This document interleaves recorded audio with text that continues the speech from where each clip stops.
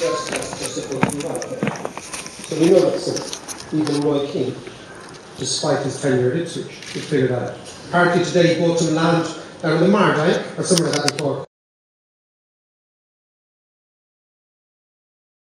Property is an exclusive place where we Protestants used to have property. Anyway. It was very deep, and I can say this is my apple as a prop, so it's all right. He's married to a raving Republican from the crew. Anyway, now, really dysfunctional family ours, by the way. That's the first option. Second option is receivership, which is the nuclear option, where you simply say the banks are not worth it, and you close them down. But then we have a problem of having no banking system, which is not good. The third option is administration or examinership, brought into this country after Larry Goodman. And what does it do? It says, okay, do we believe there's a future in these companies? Yes, we do. Do we believe that we should keep them open in some shape or form? Yes, we should. So what do? Examinership, which is in our statutes, which is the logical place to go this afternoon for Michael Noonan, says that all historical debts, there is no obligation to pay anything. So what you do is you find a new buyer. Now, I don't know one receiver who, after an examinership, has not found a buyer. You will always find buyers. The world is full of money. But what you do is you rank all your various different creditors according to Irish company law. So that means the first creditors of a bank are called trust creditors. Creditors in trust, they are depositors. Depositors extended money to the bank not for financial gain, but because we trusted the system. Trust creditor always has to be ring-fenced. The second creditor then is the secured creditor, other banks who lend cash to our banks. The second level of credit, you'll be pleased to know, is the revenue. It's always in there sniffing around. And the revenue is there along with the employees of the banks. If there's back pay, etc., they have to be paid. And the third creditor is the unsecured creditor, the bondholder, the landlord, the IT provider to the bank, and the lowliest creditor is the shareholder. That's the way it goes. And in a receivership, the haircuts go from 100% to the shareholder all the way up. That's the way the world works.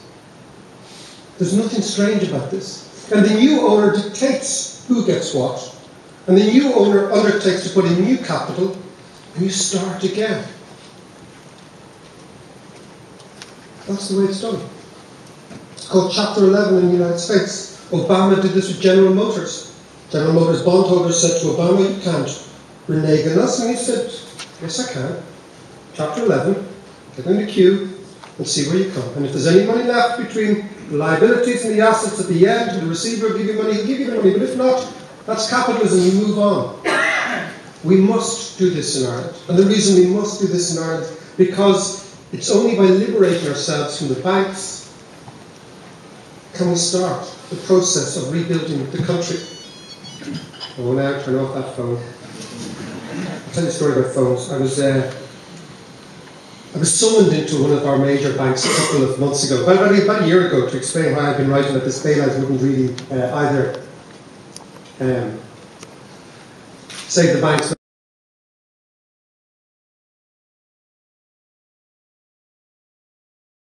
The head of the bank was over, he was on one side of the boardroom, and he was one of those real kind of, I would just describe him, one of those real sort of typical Irish corporate warriors. Sort of man who believes that lady members in Portmarnock are an affront to the natural order. And he was, sorry, I don't play golf, so I say these things. And he was given that, and he was surrounded by 5 of his henchmen, all of whom were in school with me. Blackrock College produces the weirdest sort of people, right? And it produces real mavericks and real insiders. And he was given his tuppence halfpenny, and he was going, I mean, his whole questioning to me was designed to humiliate me so that I would never work in the town again. And he was egged on by his henchmen because they were all glorifying the fact that he was given out their bonuses. But we were paying them. And just as he was about to make the killer point, the point that would have really nailed me, his phone went just like that.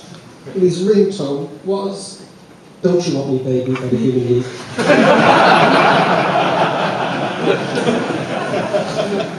You can't take that man seriously. It's like Sarkozy. It's like negotiating with Sarkozy. How can you negotiate with a man with Cuban heels? I mean, how can you negotiate with a man who wears platforms? He just can't. He's not a serious player. Thankfully, Pat will talk to us about the fact that Strauss-Kahn will be the president of France, hopefully, in a year's time. He's got a totally different view of the world. Head of the IMF has a different view. So let's come back. Sorry, I was just sidetracked by the phone ringing there. Examinership is the way to go. So why don't we do that? Why don't we, collectively as the Irish state, say, okay, this is the way, and go to the Europeans and say, we're going to put our banks into examination, simply because we want to move on. And do you know what? If it works here, it'll probably work for you too. So maybe we will be the blueprint. What we should also do in examination is realise the new buyer of the Irish banks will probably not necessarily be a European bank, because if you're going to whack the bondholders, they may well be the European banks you want to buy your banks. So they mightn't play the game. So go to China. Places full of money. Chinese banks all looking for options of investing in the euro. Why would they buy an overpriced French bank if they can buy an undervalued Irish bank for the same thing? It would also really freak out Trichet. My friend Mr. Lee, who has a couple of $100 billion, would like to help us out. Again, it's about really changing your options. Well, why don't we do this? I've been trying to rack my brains for many years. And I remember years ago I used to carry the bag for the governor of the central bank and going it was very odd because I went to a university in Belgium, and as a result of that, I ended up writing speeches on Europe, because obviously Belgium was in Europe, and that was my qualification from the central bank at the time. But we used to go to speeches, and I was always intrigued at our behaviour of the Irish delegations in the European Union. And it struck me, something very odd was happening. Because we never opened our mouth. Never once. The British delegation always spoke, the Danes always spoke. We didn't speak. It always struck me, there's something odd going on, the way we presented ourselves in Europe. And maybe it's very deep. Let's go back to Macroom, where my granny is from. My granny had a good room. Did anybody here's granny have a good room? Or your ma? Did your ma have a good room at home? My ma had a good room too. Our good room at home was so good, I wasn't good enough to go in. And my granny's good room was so good. And the only people who could go into the good room were the local priest, or the doctor, or the strong Fine Gael farmer. And every Sunday, my granny pretended that we were richer than we were. And she'd put out the china and the Waterford cut glass. She'd come on in, Father, pretending that we ate off china and drank out of Waterford glass, when we actually all lived four to a room in the back. So my granny was pretending to be strong. And the interesting thing about the local doctor was he pretended to go along with it too. So he pretended that we were accurate. So everybody pretended, because we didn't have the self-confidence to say we were reasonably poor.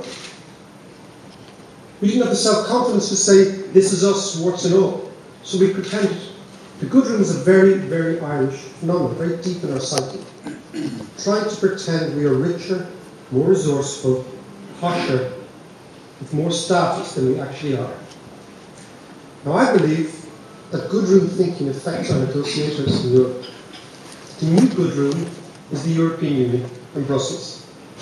Think somebody at the head of, let's say, the Department of Agriculture, who shafted his way all the way up to the top. He was in the Christian Brothers in the late 1950s, early 1960s, shafted his way up to the top, right? Gets to the top, then goes off to Brussels. And he is so delighted to be there with his French counterpart, who looks just so unbelievably sophisticated. Jean-Claude, who speaks 5 languages, writes a bit of poetry in his spare time, right? As a lover. And makes the light with himself, like my granny in the good room. And my granny would never embarrass the doctor in the good room, because that would be embarrassing herself. We're the same. We go into negotiations in Europe, and rather than say we are weak, we have had the effrontery to go bust, because we all decide to buy second apartments in Bulgaria. We say, oh, don't worry about it, we'll be grand. We've loads of money. Oh yeah, we've got about 25 billion. Oh no, yeah, it's just in a little bottle over the TV. And we get it tomorrow after Coronation Street and give it to you. Right? So rather than face the logic of our present dilemma and deal with it as adults, we spoof. But of course what's happening is that the crisis is much bigger than Ireland now. French and German banks are owed 784 billion euros by Irish, Spanish, Portuguese and Greek banks. They're never getting the money back. Not because we don't want to give it back, but because we can't give it back, because the assets against which the money was lent have collapsed in value and will never recover. Will never recover. Think about what we lent money out for in Ireland. If you're in TV or on telly in Ireland, you have a very strange relationship with Dublin taxi drivers. They either love you or they absolutely hate you. And you've no idea whether you're going to get into a lovey type or a hatey type when you step in. But this is where we spent all our money. Or a lot of the money. So a couple of years ago, I got a taxi driver, your man looks at me, and he takes one long look and you go, oh God. And he goes, oh Jesus, it's only our bleeding set. And he's sitting there in the Dubs DAA jersey, right? And there's a huge big Ned Kelly on him, right? And the jersey's straight there with a big condom over him. And he says, he looks at me and goes, now, don't get me wrong there, you know, you're very good in the telly, you're very entertaining, you're quite articulate, you're good at putting line and couplets together, you're quite plausible. Me and Hare were just watching you the other day, and we thought you were very plausible. When it comes to economics though, you talk so you are bleeding how.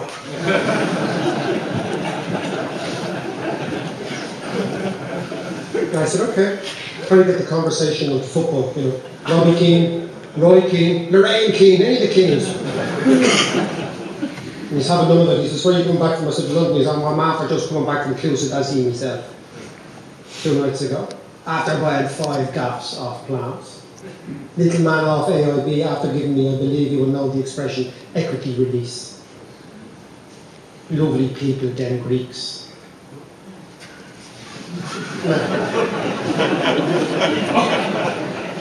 That money is never coming back. End of. So we've got to move on. And I believe we can move on. And I believe we should move on.